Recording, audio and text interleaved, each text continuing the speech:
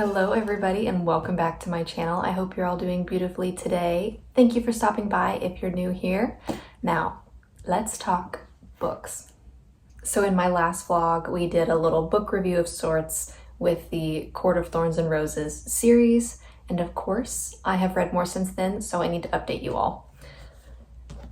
Now, without spoiling anything, I did finish A Court of Wings and Ruin. This one gets a little gruesome. This one has some battling. It was a delight. There were so many twists and turns. I know I keep saying that, but Sarah J. Maas has a way of really getting you with the element of surprise. I thoroughly enjoyed this one. And then I moved on to A Court of Frost and Starlight, which is the fourth in the series.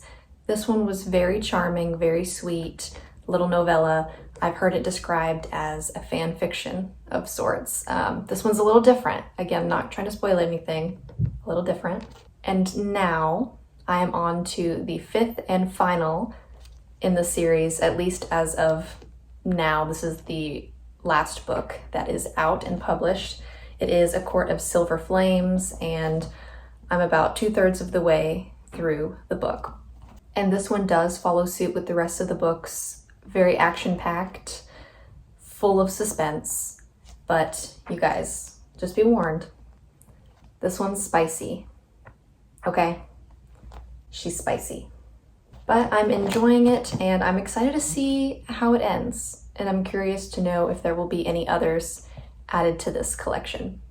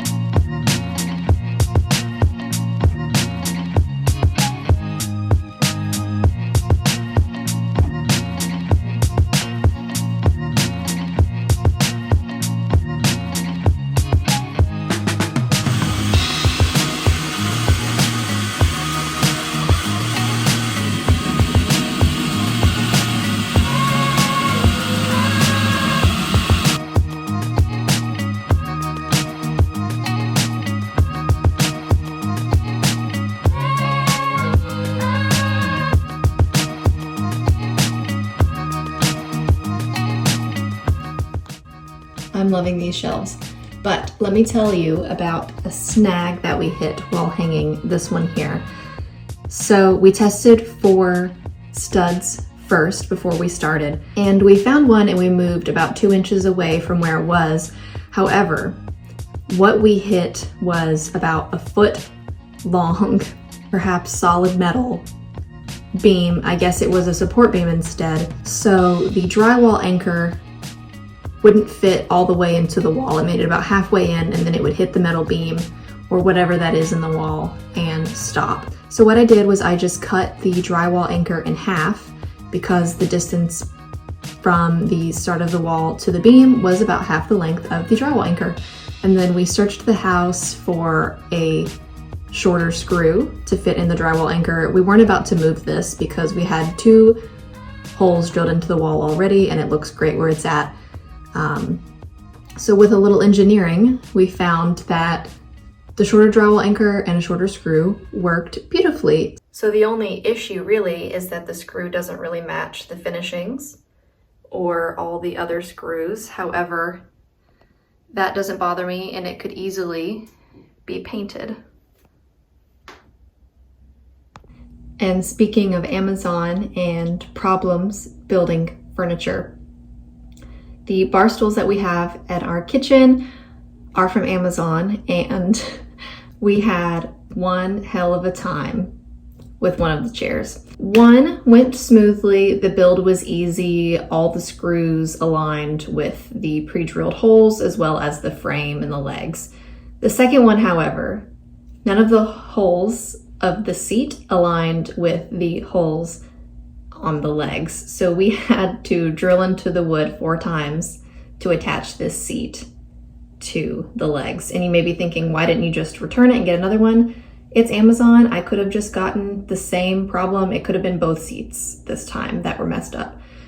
So what we did on this one, the wood is very thin, and I was so worried that we were going to drill up into the leather and out. So that was the only tedious part of that, and I'll show you what I mean. So as you can see, this is what the chair is supposed to look like. This one was built easily. All of the screws are in the correct place. This chair, however, you can see all 4 pre-drilled holes.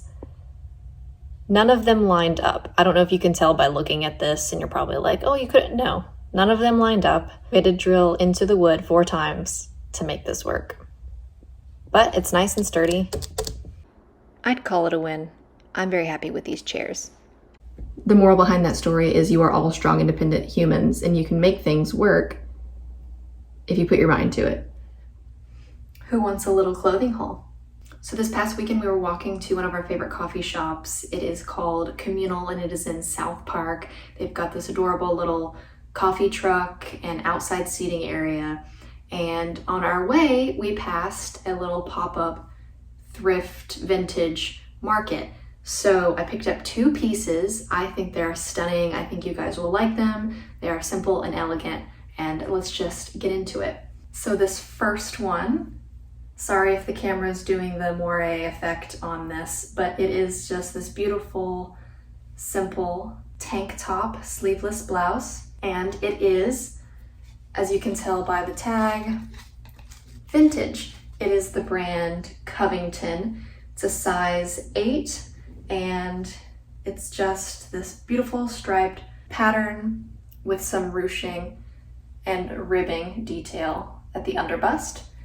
And then the back is simple, and then it does have these 2 seams running down either side. You guys know how I love anything with a fun seam or pleat or stitching. Now this one I think is my favorite of the 2, and I'm so happy with it. It is this little dress, all black, very soft, with these 2 white stripes across the underbust and the waist. And the shape of it is beautiful. It's this V-neck, same exact pattern in the back. This one is also, I think, a little older based on the tag, and it is the brand Casual Corner. And this one is in a size medium. So let's go try these on. Okay, so the first item again is this black striped sleeveless blouse, and it is cream, not white, which I actually really love that it's cream. And again, look at the beautiful stitching details everywhere. This one is a size 8. It's a little flowy, but again, for summer, we can take all the wind and cooling properties that we can get in a top, and I think it honestly fits great. And this top was only $10. So here is that dress. Again, I love the stripe detail across the midriff. It is nice and light. The material, again, just spaghetti strap, V-cut. Same in the back. I think I could just wear this dress to just about anything. And this dress was $25. Another thing we got from that pop-up market in South Park is this little swan piece here. And I love this on its own, but it also perfectly matches and pairs with this original bird piece that we had up top that we got from Goodwill. And I love these frames. The top one is wooden and the bottom is just the plastic. And again, these pieces are both just in our guest bathroom. All right, in keeping with the spirit of being at home and homemaking and home updates, I thought that we could hem this dress. Again, it is a little loose in the sides, which is fine, but I figured we would try it together and see what we accomplish. Now, I am no sewing expert, but I do know the basics. So I'm just going to flip this inside out so that our stitches and seams don't show. And luckily we do have some reference for measurement and how long we want to stitch at the waist because we have the 2 white stripes. So I'm just going to take this in about 1 inch on either side. All right, I've got it pinned here, so let's get to sewing.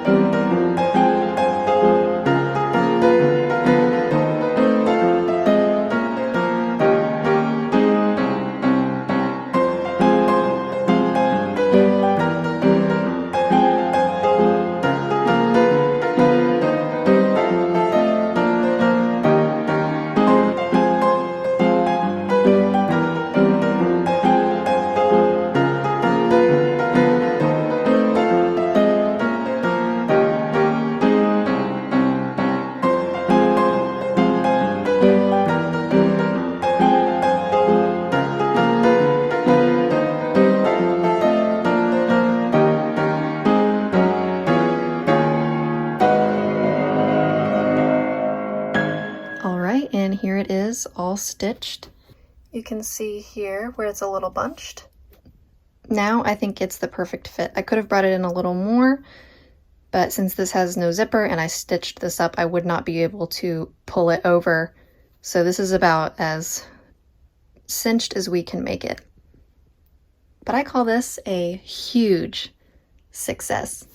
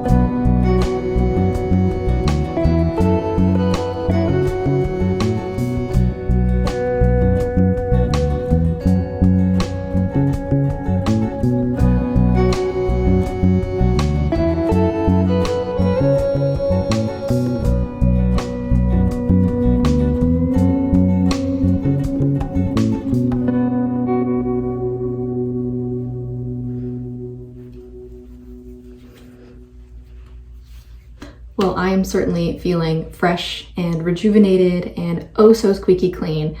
But I figured while I have you here, I would update you guys on some makeup. So if you remember in my last vlog, I kind of showed you some products that I've been using. Well, I got some new products.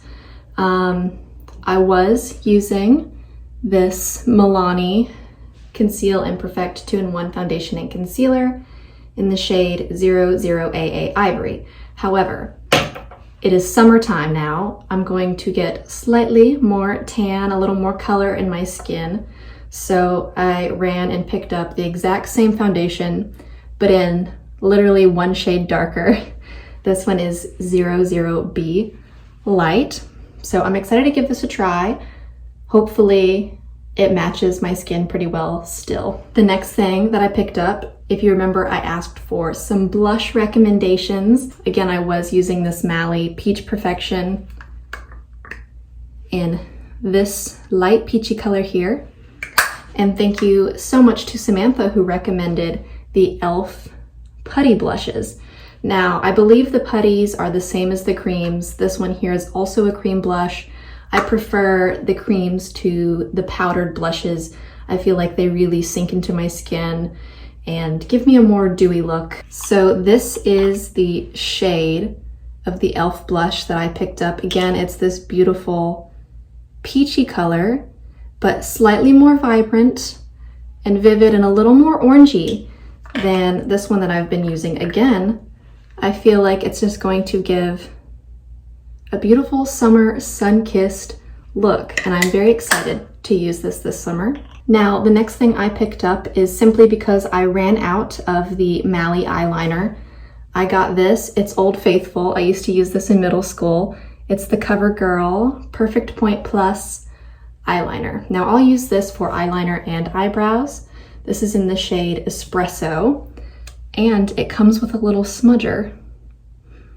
Again, I used to use this in middle school. I used to smudge the heck out of my super dark black eyeliner around my eyes. Okay, and the final thing I got was simply a little lip liner pencil sharpener, because the lip liner I use is a pencil and it is quite dull and it simply needs to be sharpened. And I guess while I have you here, I'll show you the lip liner that I like. It is LA Girl Perfect Precision Lip Liner in the shade Sugar and Spice.